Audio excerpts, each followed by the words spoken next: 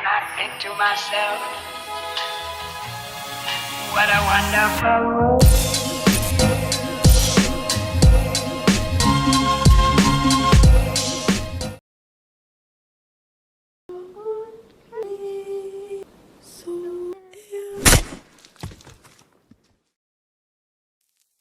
Halo semuanya, selamat datang kembali di Story Film. Pernah kebayang gak hidup di desa terpencil, aturan agamanya super ketat, dan semua orang ngelihat kamu seolah salah, padahal kamu cuma capek menjalani hidup? Nah, film The Devil's Bed tahun 2024 ngajak kita balik ke Austria abad ke-18.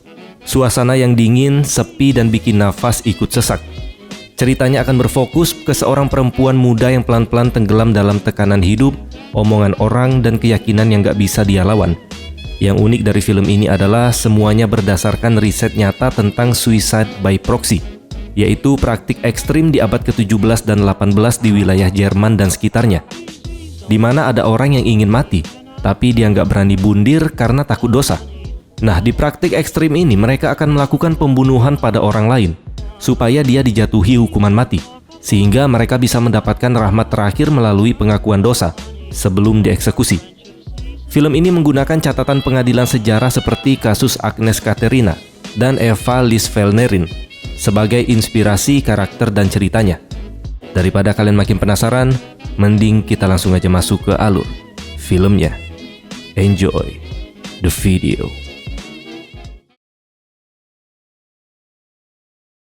Film ini dibuka di Austria abad ke-18. Di sebuah desa, terlihat seorang anak kecil berusaha menenangkan balita yang terus menangis. Tapi sebelum berhasil, anak itu dipanggil seseorang dan pergi begitu saja. Dari kejauhan, seorang perempuan yang sejak tadi memperhatikan mereka akhirnya mendekat dan menggendong bayi itu. Perlahan si bayi pun tenang. Perempuan itu lalu melepas rosario dari lehernya dan mengalungkannya ke leher sang bayi. Namun suasana berubah saat dia berjalan menuju puncak air terjun.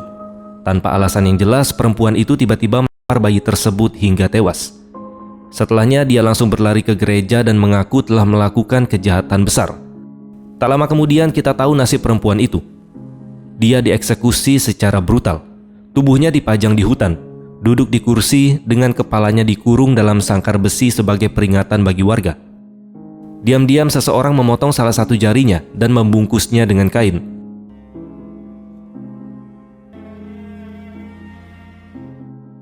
Keesokan harinya cerita beralih ke Agnes, gadis desa berusia 17 tahun.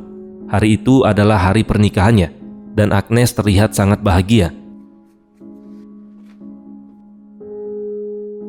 Bersama ibu dan kakaknya yang bernama Lukas, dia berangkat ke desa lain membawa mahar untuk calon suaminya.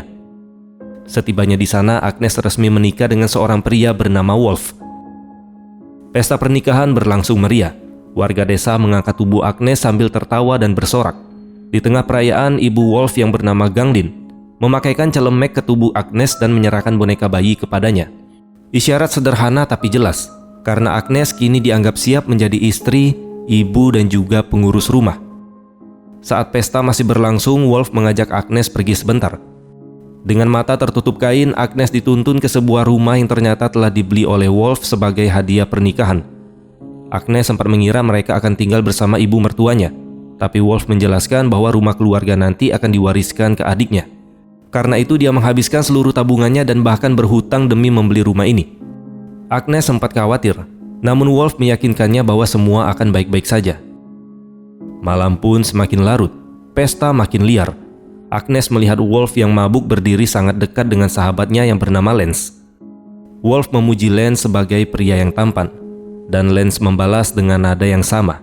Momen singkat itu tentu saja terasa canggung, tapi segera berlalu. Tak lama kemudian keluarga Agnes berpamitan untuk kembali ke desa asal mereka. Sebelum pergi, Lukas menyerahkan sebuah bungkusan kain kepada Agnes. Isinya adalah jari terpotong milik perempuan yang dieksekusi di hutan sebelumnya. Lukas menyebutnya sebagai jimat keberuntungan dan dipercaya bisa membantu Agnes untuk cepat hamil. Alih-alih takut, Agnes justru terlihat senang. Mereka pun berpelukan, saling mengungkapkan betapa mereka akan saling merindukan satu sama lain. Setelah tiba di rumah barunya, Agnes mencium jari tersebut lalu menyimpannya di bawah kasur sebagai simbol harapan, doa, dan awal hidup barunya. Malam itu Agnes berdoa kepada Tuhan. Dia memohon agar bisa menjadi istri yang baik dan segera diberi momongan. Tak lama kemudian Wolf pulang dalam keadaan mabuk. Agnes pun bersiap untuk malam pertama mereka. Dia mencoba mendekat dan mencari perhatian dari suaminya. Namun yang terjadi justru sebaliknya. Wolf malah menolak.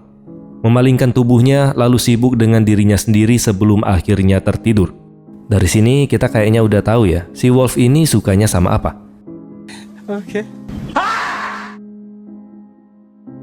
Keesokan paginya dia terbangun dan mendapati Wolf sudah tidak ada di tempat tidur. Dengan panik Agnes mencarinya ke seluruh rumah dan kandang, tapi tak menemukan siapapun. Dia lalu keluar menuju ke hutan, namun justru tersesat. Di sana dia melihat sebuah gambar yang dipaku di pohon, yang merupakan gambar hukuman mati perempuan yang dulu melempar bayi ke air terjun. Tak jauh dari situ Agnes melihat langsung jasad perempuan itu, duduk di kursi dengan kepala terkunci dalam sangkar besi. Akhirnya Agnes menemukan Wolf bersama ibunya dan beberapa warga desa yang sedang menangkap ikan di kolam. Agnes mencoba bekerja, tapi jelas terlihat canggung karena belum terbiasa. Saat lonceng gereja berbunyi, Agnes berlutut lama untuk berdoa. Ganglin yang kesal menyuruhnya kembali bekerja dan mengatakan doanya sudah cukup. Saat makan siang, Agnes dan Ganglin membagikan roti. Seorang pria meminta 2 potong karena mengaku sangat lapar. Agnes dengan tulus memberikannya, tapi Ganglin langsung merebut roti itu kembali dan mengusir pria tersebut. Menjelang sore, Wolf menunjukkan jalan pulang dari kolam dan menyuruh Agnes mulai mengenakan pakaian kerja. Setibanya di rumah, Agnes kembali mengerjakan tugas-tugasnya, termasuk memerah susu kambing milik Wolf.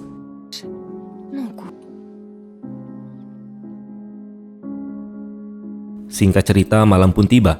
Seperti sebelumnya, Agnes mencium jari terpotong yang dia simpan di bawah kasur, berharap kali ini Wolf akan menyentuhnya. Namun harapannya kembali pupus. Wolf sekali lagi menolaknya. Agnes yang hancur keluar rumah dan menangis sendirian di tengah kegelapan.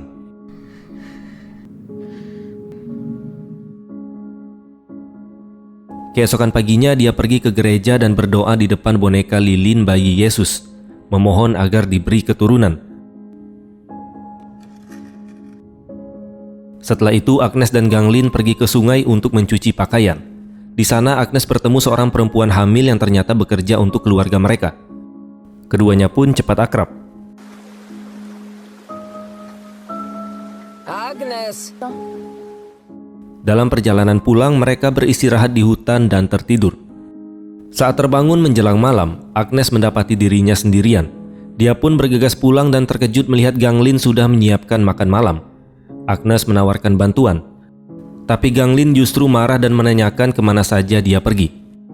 Agnes beralasan bahwa dia berada di gereja, namun Ganglin membalas dengan dingin. Dia mengatakan Tuhan tidak menyukai perempuan yang tidak memasak untuk suaminya. Dia juga menghina tanaman milik Agnes, menyebutnya jelek dan mengotori rumah.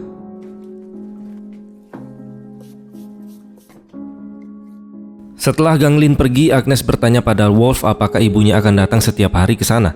Wolf mengaku tidak tahu. Dari sini Agnes juga ragu apakah Ganglin menyukainya. Tapi Wolf hanya berkata ibunya memang keras, karena berasal dari generasi lama. Malam kembali datang, dan hasilnya tetap sama. Tidak ada kehangatan, tidak ada sentuhan. Agnes semakin frustasi. Dia bingung harus berbuat apa agar suaminya ini benar-benar melihat dan menginginkannya. Agnes berjalan ke ruang belakang rumah, tempat dia membuat sebuah altar kecil. Di sana dia kembali berdoa kepada Tuhan. Tidak lama kemudian seekor kupu-kupu merayap di wajahnya, sementara Agnes terus memanjatkan doa dengan penuh harap. Keesokan paginya Agnes bangun lebih awal dan pergi ke kolam. Dia berharap bisa menangkap ikan sebelum orang lain datang. Sayangnya tak satu pun ikan dia dapatkan. Agnes justru terjebak di lumpur. Tak lama kemudian Wolf datang bersama para pekerja dan langsung panik melihat Agnes sendirian di sana. Dia memperingatkan bahwa lumpur itu berbahaya dan sudah banyak orang yang tenggelam di tempat itu. Agnes menjelaskan bahwa dia hanya ingin menebus kesalahannya karena tidak memasak kemarin. Wolf lalu membawanya pergi dari kolam agar ikan-ikan di sana tidak kabur. Malam harinya seseorang mengetuk pintu rumah Wolf dan memberi kabar yang buruk, di mana sesuatu telah terjadi pada Lance. Wolf langsung panik dan pergi terburu-buru. Tak lama setelah itu, Agnes mendengar jeritan perempuan yang mengerikan. Karena takut, dia pun mendatangi rumah tetangga. Di sana, Agnes melihat beberapa pria berkumpul dan mengetahui bahwa Lance, atau sahabatnya Wolf, telah menggantung dirinya sendiri. Agnes pulang dalam keadaan terguncang dan berdoa agar Tuhan melindunginya dari segala kejahatan. Keesokan harinya, pastor menjelaskan kepada warga desa bahwa Lance tidak boleh dimakamkan. Bundir dianggap dosa yang lebih besar daripada pembunuhan. Berbeda dengan perempuan di awal film tadi, yang melempar bayi ke air terjun. Meski itu hal yang sangat kejam, tapi dia sempat mengaku dosa sebelum dieksekusi, sehingga menurut kepercayaan mereka masih bisa mendapat pengampunan. Sementara jiwa Lance dianggap hilang selamanya dan terkutuk di neraka. Saat keluar dari gereja, Agnes melihat jasad Lance dibuang begitu saja di tempat pembuangan, bersama mayat para pendosa yang lain. Beberapa waktu kemudian saat bekerja di ladang, Agnes menyadari dirinya datang bulan. Hal ini sangat menghancurkannya, karena semua doa yang dia panjatkan belum juga membuahkan hasil, di mana dia sangat menginginkan anak. Tapi gimana dapat anak ya? Disentuh aja nggak pernah. Diam! Di sore hari dia membagikan roti kepada para pekerja. Temannya yang sedang hamil meminta 2 potong karena makan untuk 2 orang. Namun karena ibu mertuanya ada di sana, Agnes terpaksa menolak. Ganglin dengan kasar berkata bahwa perempuan itu seharusnya bersyukur masih diizinkan bekerja. Dengan perasaan hancur, Agnes berjalan pulang dan melukai dirinya sendiri di semak berduri. Dia bahkan menyakiti lidahnya dengan ranting, seolah menghukum dirinya sendiri. Setelah itu dia berbaring di dekat jasad perempuan yang dipenggal dan beristirahat di sana. Menjelang malam, Ganglin mengeluh kepada Wolf karena Agnes belum juga pulang. Dia menilai Agnes tak becus bekerja dan tidak bisa mengurus rumah. Wolf mencoba membela istrinya dan meminta ibunya memberi waktu. Namun Ganglin membalas dengan berkata, kalau Wolf seharusnya menikah dengan perempuan dari desa mereka sendiri, yang kuat bekerja dan bisa memberinya keturunan. Tanpa mereka sadari, Agnes mendengar semua itu dari balik pintu dan menangis. Tapi di sini Ganglin sama sekali tidak tahu bahwa justru anaknya sendiri yang tidak pernah berusaha punya keturunan. Bukannya pulang, Agnes kembali ke tempat perempuan yang dipenggal dan menghabiskan malam di sana. Pagi harinya, Agnes pergi ke rumah masa kecilnya. Dia mengintip dari jendela dan melihat ibu serta kakaknya makan bersama. Tak lama kemudian, Lukas menemukannya tertidur di kandang. Agnes mengaku bahwa dia takut tinggal di rumah suaminya. Sang ibu mengatakan dia tidak bisa menahannya tinggal, tapi berjanji akan sering berkunjung ke sana. Дай нас. Все будет хорошо. Sore hari, Wolf datang dan meminta Agnes pulang bersamanya. Saat Agnes menolak, Wolf dibantu Lukas justru menyeret dan mengangkat Agnes secara paksa, membawanya kembali ke rumah yang semakin terasa seperti penjara baginya.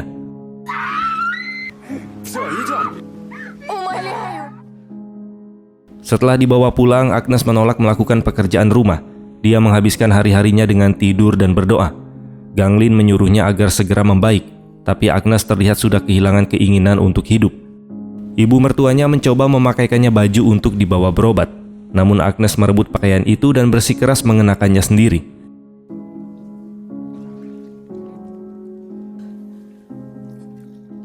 Usai pemeriksaan, Agnes pulang sendirian. Di perjalanan, dia menemukan seorang bayi yang menangis sendirian di tepi sungai. Dengan wajah penuh harap, Agnes percaya bayi itu adalah hadiah dari Tuhan. Dia pun membawanya pulang. Namun Ganglin justru murka dan memerintahkannya mengembalikan bayi itu. Menurutnya, orang tua sang bayi pasti sedang mencarinya. Karena tak punya pilihan, Agnes pun kembali meninggalkan bayi itu di tempat semula, berharap orang tuanya segera datang mengambil bayi tersebut. Malamnya, Agnes berbaring di tempat tidur sambil berdoa meminta anak. Sementara Wolf terlihat berpesta, menari dan minum bersama warga desa. Kemudian Agnes mengambil sesuatu dari bawah kasurnya, dan ternyata itu adalah racun tikus. Lalu dia pun kembali berdoa. Tak lama kemudian tubuhnya mulai gemetar dan pikirannya dipenuhi halusinasi. Dia melihat tanah terbuka dan seolah-olah dirinya sendiri sedang dikubur hidup-hidup.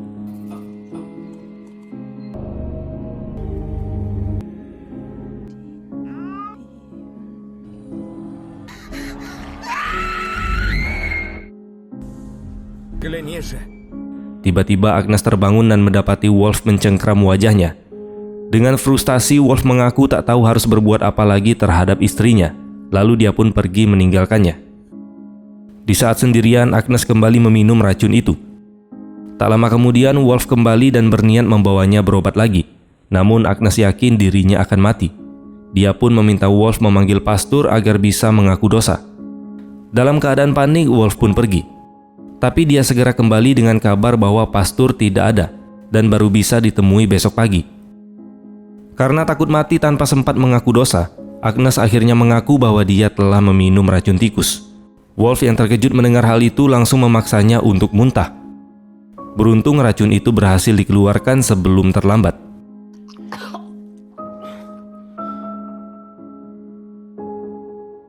Beberapa waktu kemudian, Ganglin datang dan mendapati Agnes masih hidup, meski dia sudah sangat lemah.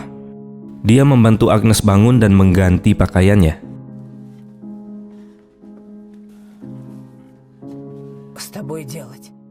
Setelah itu, Wolf menggendong Agnes dan membawanya ke rumah ibunya. Dia menjelaskan bahwa Agnes telah meminum racun tikus dan percaya dirinya berada dalam cengkeraman iblis. Wolf memutuskan bahwa Agnes lebih baik tinggal di rumah ibunya dengan tenang daripada terus dipaksakan hidup bersamanya. Dia pun berpamitan pada istrinya yang sakit dan meninggalkan rumah itu.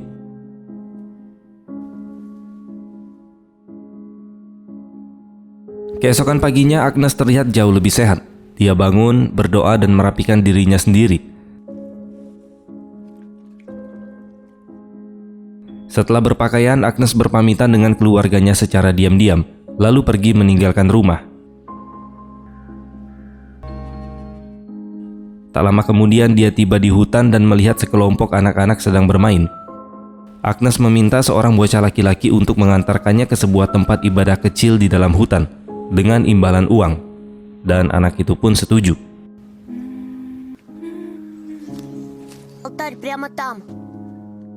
Setibanya di tempat itu, Agnes meminta bocah tersebut berdoa bersamanya. Anak itu pun menuruti. Mereka masuk ke tempat ibadah kecil di hutan dan mulai berdoa bersama. Namun tiba-tiba, anak itu langsung meronta dan memohon agar tidak disakiti. Namun Agnes tetap menghabisi bocah tersebut. Saat bocah itu sekarat, Agnes berkata dengan tenang bahwa kini dia tidak akan bisa berbuat dosa lagi dan telah menjadi malaikat di mata Tuhan. Setelah itu, Agnes langsung pergi ke gereja dan mengaku telah melakukan kejahatan. Malamnya, rambut Agnes dipotong. Dan keesokan harinya, dia menghadap pastor untuk pengakuan dosa. Agnes mengakui semua kesalahannya. Dia sudah menghakimi ibu mertuanya, melantarkan hewan ternak, membawa kesialan bagi orang-orang yang menyayanginya. Dia juga mengaku telah gagal menjadi istri yang baik bagi Wolf, hingga akhirnya meminum racun tikus karena merasa tak ada lagi yang bisa menolongnya. Dan Agnes pun juga mengaku membunuh bocah itu. Dia mengatakan bahwa dia percaya perbuatan tersebut akan menyelamatkan jiwanya. Dengan penuh ketakutan, dia memohon agar Tuhan tidak mengirimnya ke neraka dan meminta pengampunan. Pada akhirnya, pastor memutuskan untuk membersihkan dosa-dosanya dan menyatakan bahwa Agnes telah diampuni di mata Tuhan. Mendengar itu, Agnes diliputi kelegaan yang luar biasa. Dia tertawa dan menangis bersamaan, seolah seluruh beban di hidupnya sudah dilepaskan. Tak lama kemudian, warga desa kembali menggantung gambar-gambar kejahatan Agnes di pepohonan, persis seperti yang mereka lakukan pada perempuan sebelumnya. Agnes dibungkus dengan kulit hewan dan diseret melewati desa. Dia dibawa ke altar tempat eksekusinya akan dilakukan di depan umum.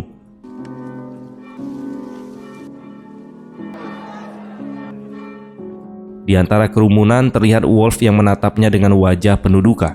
Agnes pun didudukan di kursi dan kepalanya ditutup kain. Namun Agnes menerima takdirnya dengan tenang. Lalu dia mulai menyanyikan lagu pelan yang sangat menenangkan. Tak lama setelah itu, kepalanya pun dipenggal.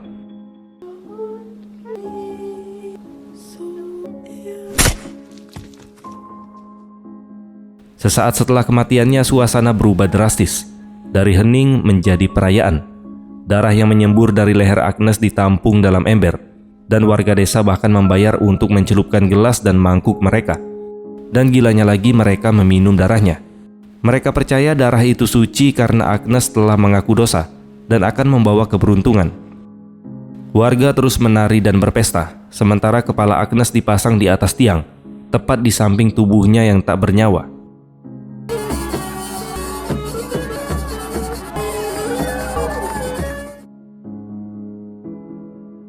Film ditutup dengan keterangan bahwa kisah ini terinspirasi dari cerita nyata seorang perempuan bernama Eva Lisvelnerin. Pada abad ke-17 dan 18 ada orang-orang yang ingin mati, namun takut bundir karena dianggap dosa terbesar dalam ajaran Kristen. Melakukan bundir membuat seseorang tidak bisa dimakamkan secara layak. Sebaliknya, jika seseorang membunuh lalu menyesali dosanya, mereka dipercaya masih bisa diampuni dan masuk surga. Dan disitulah letak horor sesungguhnya dari film ini. Bukan pada kematian, tapi pada keyakinan yang memaksa seseorang mencari keselamatan lewat cara yang paling kejam. Dan film pun selesai. Ending yang sangat menyesatkan. Film ini nunjukin betapa berbahayanya saat rasa bersalah, agama, dan aturan sosial bercampur tanpa empati. Ketika hidup terasa seperti neraka, kematian justru dianggap jalan menuju surga. Dan mungkin pertanyaan paling mengerikan dari film ini bukan soal pembunuhan, tapi kalau kamu hidup di zaman itu, dengan keyakinan yang sama, apa kamu yakin akan memilih jalan yang berbeda? Terima kasih sudah menonton dan sampai jumpa di next video.